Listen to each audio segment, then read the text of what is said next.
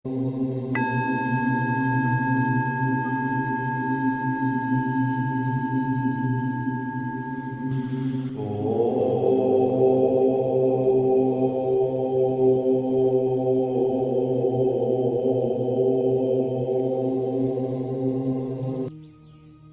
हो सकता है ओम मंत्र का रहस्य? हमें यह तो पता ही है कि ओम मंत्र के उच्चारण से मन को शांति मिलती है और सकारात्मकता बढ़ती है। परंतु क्या इसके अतिरिक्त भी ओम मंत्र का कोई गूढ़ रहस्य है?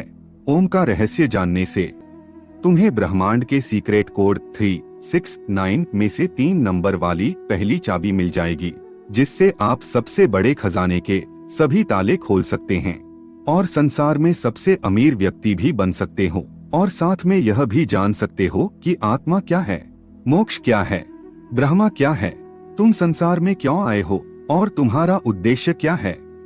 और अगर तुमने ओम के रहस्य को नहीं जाना तो तुम्हारे पास अरबों खरबों रुपए होने के बावजूद भी तुम संसार के सबसे गरीब और भीखमंगे व्यक्ति ही रहोगे।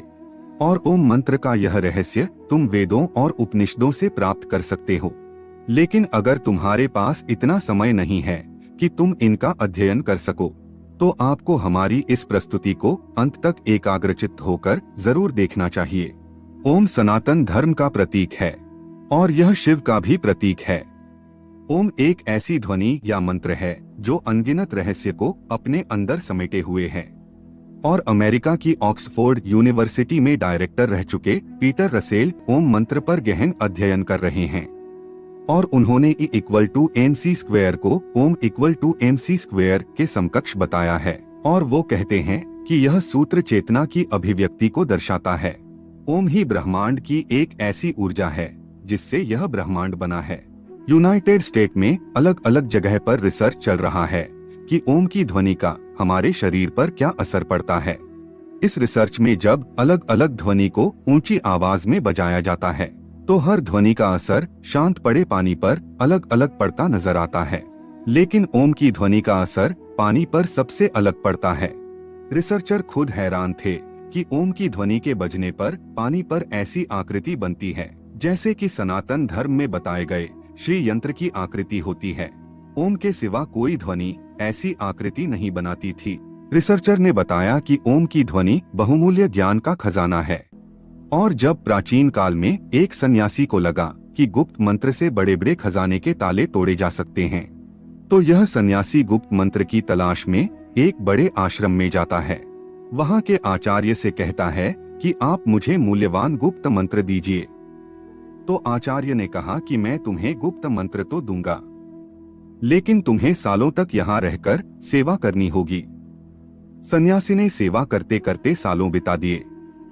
एक दिन सन्यासी आचार्य के पास गया और बोला कि अब तो वह गुप्त मंत्र मुझे दे दीजिए। तो आचार्य ने कहा कि ठीक है, तुम मेरे नजदीक आओ, मैं तुम्हारे कान में वह गुप्त मंत्र कहूंगा। सन्यासी नजदीक गया तो आचार्य ने ओम मंत्र दिया। सन्यासी खुश हो गया, वह वहां से चला गया और ओम का जाप करने लगा, लेकिन कोई धन की प्राप्ति नहीं हुई। तो उसे संदेह हुआ कि आचार्य ने उसके साथ धोखा किया है। वह जब बाहर निकला तो एक माँ उसके बेटे को बुला रही थी कि ओम बेटे यहाँ आओ। तो सन्यासी चौंक गया, क्योंकि यहाँ तो किसी के बेटे का नाम ही ओम था। जब वह और आगे गया तो कुछ ब्राह्मणों को देखा जो हरि ओम बोल रहे थे। सन्यासी ने कहा, अच्छा, यहाँ भी ओम बोला जा रहा है। सन्यासी रास्ते में और आगे बढ़ा तो कुछ विद्यार्थियों को ओम शांति ही बोलते हुए सुना। तो सन्यासी कहने लगा, कहीं आगे ओम बोला जा रहा है तो कहीं वाक्य के पीछे ओम बोला जा रहा है। इस ओम मंत्र को तो सभी जानते हैं, तो यह ओम का मंत्र कैसे गुप्त मंत्र हो सकता है? निश्चित ही मेरे साथ धोखा हुआ है। वह अपने आचार्य के पास गया और कहने लगा, आचार्य, आपने मुझे यह कैसा मंत्र दिया है? इसे तो हर कोई जानता है, तो फिर यह कैसे गुप्त मंत्र हो सकता है? आप मुझे कोई दूसरा गुप्त मंत्र दीजिए जिससे मुझे खजाने की प्राप्ति हो। आचार्य बोले, ठीक है, मैं तुम्हें दूसरा गुप्त मंत्र दूंगा, लेकिन तुम्हें मेरा एक काम करना होगा। आचार्य भीतर जाकर एक पत्थर लेकर आए और सन्यासी से बोले, यह लो सन्यासी, इसे बाजार में ले जाओ और इसका मूल्य जानकर आओ। याद रहे, इस पत्थर को बेचना नहीं है। सन्यासी पत्थर को लेकर बाजार में गया और सब्जी वाले को दिखाया। सब्जी वाला बोला, यह तो मेरे बाट के बराबर है, मैं उसके बदले में तुम्हें सेर बैंगन के सिवा कुछ नहीं दे सकता। सन्यासी उस पत्थर को लेकर फिर कपड़े वाले के पास गया तो कपड़े वाला बोला, क्या हमें उल्लू समझा है? पत्थर बेचकर हमें ठगना चाहते हो? चलो चलो यहाँ से। सन्यासी पत्थर को लेकर पूरे बाजार में फिरता रहा, लेकिन किसी ने उसका मूल्य नहीं बताया और किसी ने उसको मुफ्त में भी नहीं लेना चाहा।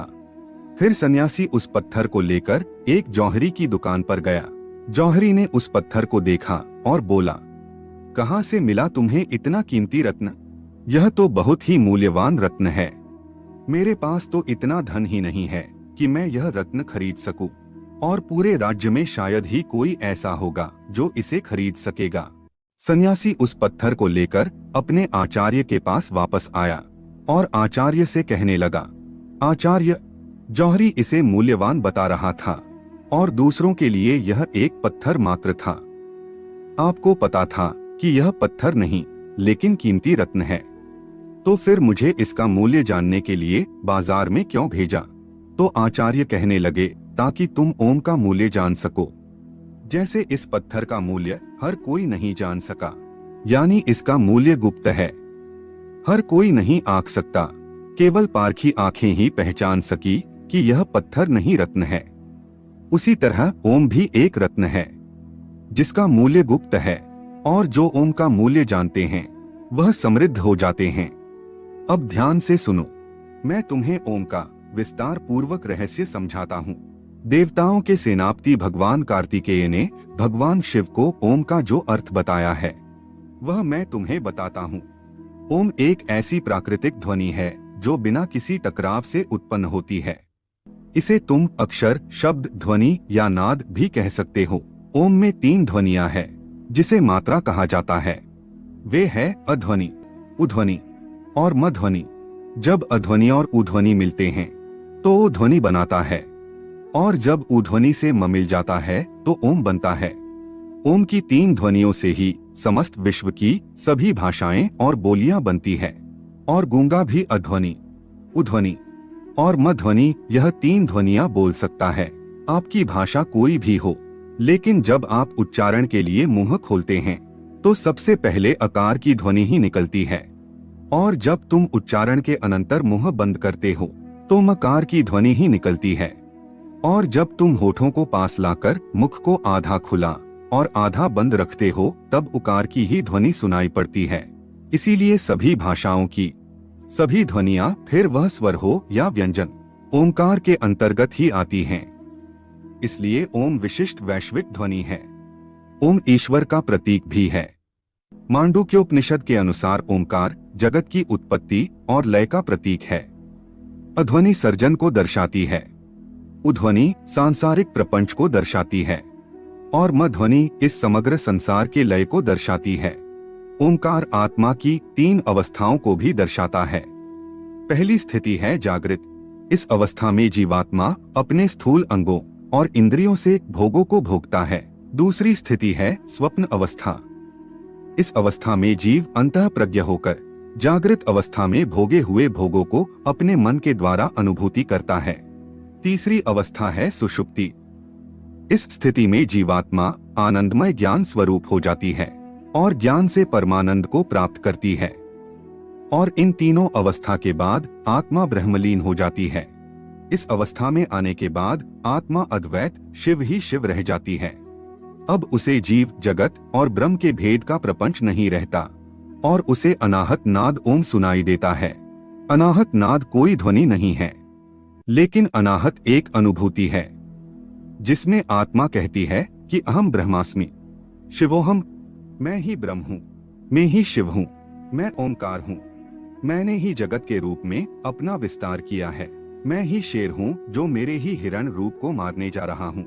मैंने ही अपने पुत्र के रूप में जन्म लिया है, और मैं ही मेरे माता पिता के रूप में जन्म ले चुका हूँ। इस संसार में केवल मैं ही हूँ, मेरे सिवा कोई नहीं है। बोलने वाला भी मैं ही हूँ। और सुनने वाला भी मैं ही हूँ। सांप बनकर मैं ही अपने आप को डसने जा रहा हूँ और मैं ही उससे बचने के लिए दौड़ रहा हूँ। इस ओमकार के रहस्य को जान लेने के बाद सोना, चांदी, रुपए, पैसे सब मिट्टी लगने लगता है, क्योंकि यह सब भौतिक पदार्थ वास्तव में मेरा ही स्थूल रूप है। मैं तो इतना अमीर हूँ कि यह घर, यह जमीन, यह पृथ्वी, यह तारामंडल ही नहीं, पूरा ब्रह्मांड ही मेरा है। और ऐसे कितने ब्रह्मांड होंगे जो मेरे ही अंग है। तो मेरे जितना अमीर कौन हो सकता है जब मुझे इतना बड़ा खजाना मिल रहा है। मैं क्यों इन किलो 100 किलो सोना, चांदी और रुपए पैसे के पीछे भागूं? और इस खजाने को खोलने के लिए मैंने 3 नंबर की चाबी दी है, ओमकार, जो अब मैं तुम्हें बताता हूँ। मूल नैसर्गिक ध्वनियाँ 3 है, अध्वनि, उध्वनि और मध्वनि। नैसर्गिक रंग 3 है, लाल, पीला और नीला। प्रकृति के मूल लक्षण 3 है, नाम, रूप और गुण। शरीर की तासीर 3 है, कफ, पित्त और वायु। ब्रह्मांड की स्थितियां 3 है, उत्पत्ति, पालन और प्रलय। और उनके देवता भी 3 है, ब्रह्मा, विष्णु और महेश। पदार्थ के मूल तत्व 3 है, न्यूट्रॉन, प्रोटॉन और इलेक्ट्रॉन। पहले आयाम 3 है, लंबाई, चौड़ाई और गहराई। और इन 3 नंबर की चाबी को जितना गहराई से अध्ययन करोगे और उसकी गहराई में जाओगे, तुम मुझे ही पाओगे, नहीं अपने आप को ही पाओगे, क्योंकि इस संसार में तुम्हारे सिवा दूसरा कोई है ही नहीं। तो मित्रों, यह प्रस्तुति आपको पसंद आई है तो प्रस्तुति को लाइक करें और ऐसी ही ज्ञानवर्धक जानकारी के लिए